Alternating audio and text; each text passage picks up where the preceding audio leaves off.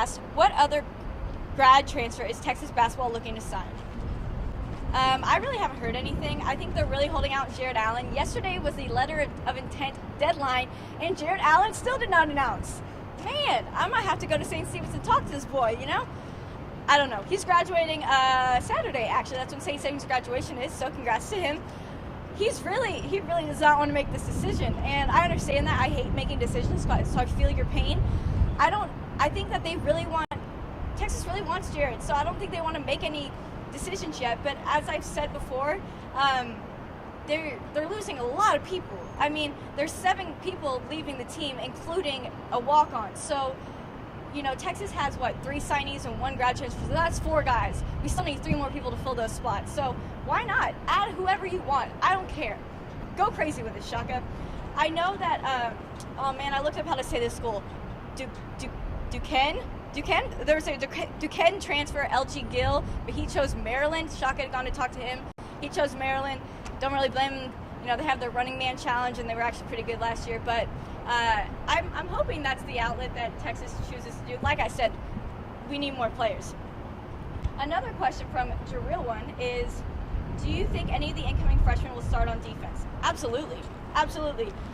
Strong has shown that he is totally cool starting freshmen. He has no beef with it. He's going to start freshmen if he thinks they're good, and they're good, so why not? I think this class coming in is so eager. They just want to play, and if they're playing with more passion than the guys they already have, start them. I'm for it. And similar question, Hook'em TM and Halo Man both asked this question, so I'm going to give y'all both credit. How many freshmen DE/defensive end/defensive tackles see playing time this year for Texas? Probably most of them, honestly. I would be surprised if any of them really got redshirted. Probably a few will get redshirted, but I think most of them are going to play. And he's shown, and Charlie shows he likes to play guys.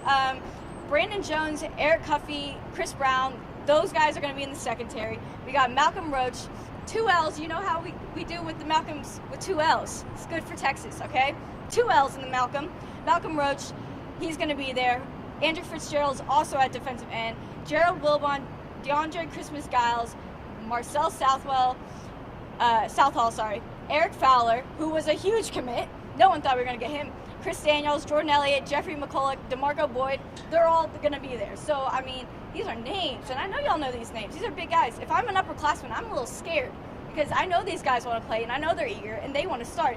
And I hope the guys who aren't starting this past year get comfortable because these young guys are going to come for their spot. Absolutely. Hook'em TM also asks, who will be the next great freshman Malik of the defense this year? Which freshman makes the most impact on the young defensive team? It's tough to pick just one. Eric Fowler could definitely be the next great freshman. He was highly recruited like Malik was. DeMarco Boyd is also a linebacker. And, you know, we have Chris Boyd, and we see the passion he plays with. I definitely think DeMarco's going to be similar. Jeffrey McCulloch is also going to be a good option. He's 6'3", 230 pounds, and he hasn't even got to Texas yet to start doing those workouts. This guy's going to be huge. Man, he's going to be huge. They're going to all get really big in workouts. As far as non-linebackers, I got my eyes on Brandon Jones and Eric Cuffey. I think those guys, they're going to be hard hitters. Jones is a track guy. He didn't compete this past weekend, but he is a track guy, so he's fast. He runs a 4.5, and he's 6 foot, 193 pounds. Cuffey is 6 foot, 189 pounds, and runs a 4.6. So these guys are fast, and they're hard hitting, and they're gonna be awesome. And the best part about both of those 2 guys I just listed, they both turned down A&M and OU to come to Texas. We love them already. Another question from Hook'em TM. Stop stealing the show, man.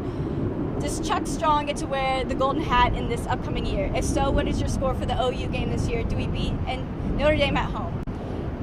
I can't pick if Texas is going to beat Notre Dame. I literally cannot decide. I am so torn. I will know if Texas is winning that game within the first 5 minutes. Less than that. First 5 drives. Okay? I'll know. I can tell y'all then. I don't know right now. I just don't know. As far as the Red River rivalry, I mean, is there a harder game to predict? That game is absolutely ridiculous. Every year, something crazy happens. It doesn't matter what your record is going in. Anything can happen. So I can't predict that one either. I do know Baker Mayfield is coming back, and he's going to be better this year. And we kind of caught him on a bad day last year, which is good. That's why Texas won. But he's going to be really good. And, you know, they're coming off that playoff loss, and I think they're hungry. And I think it's going to be a big game. Always is, but that's going to be a big game. The only person OU lost in the draft was Sterling Shepard. they're coming back strong, man. That's gonna be a hard one. I don't know. I can't decide. I don't know. Texas might win that. I'll let you know if Texas will beat OU after the Notre Dame game. Is that fair? Can we agree on that? Okay, cool. Jillian asked, does this affect Bama's recruiting with the 2 players getting in trouble? Will anything affect Bama's recruiting? They still won 4 national championships in the past 7 years. I don't think anyone really cares if they're getting arrested, if whatever. No, nothing can hurt them when it comes to recruiting. It's a scary thought, but nothing's gonna hurt them. You got 4 national championships in 7 years, man. That's all you gotta say. That's all you gotta show the recruits, and they're gonna shut up about any other issue they have. Dan Horn asked, who are your favorite pro sports teams? I touched on this earlier, that I am a Yankees fan. If you're like, why are you a Yankees fan? My parents are both New Yorkers. Hi, Mom and Dad. I know y'all are watching. My dad is a huge Yankees fan and raised me to be one. That's kind of the only team he made me be a fan of. I'm obviously a Longhorns fan. When my parents moved to Texas, they were asked, are you an Aggie or a Longhorn? And thank God they picked Longhorns, because that's what I grew up as. I'm also an Eagles fan. Don't ask me why. I don't know. It kind of sucks. I really like Donovan McNabb, and I just kind of stuck with the team. And I'm also a big Lakers fan. Kobe's my boy. Cried during that last game, but I love the Lakers. I've been a Lakers fan since I was little. Yeah, I know some people don't like those teams I just listed. Anyway, Slimmy BKT asked, who did the Sixers, Lakers, and Celtics take, and who should they take? Sixers will either take Brandon Ingram or Ben Simmons, and then whoever they don't take, Lakers will take at number 2. And y'all don't want to know how loud I screamed when Lakers got that second pick. I was excited, man.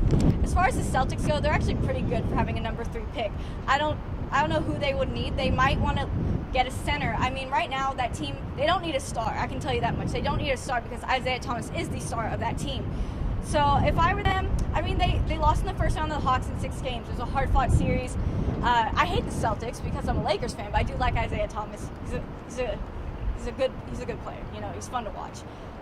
I just want to pick up a star. Get a center, more big men. They got their shooters. They have Avery Bradley there as well, Longhorn connection.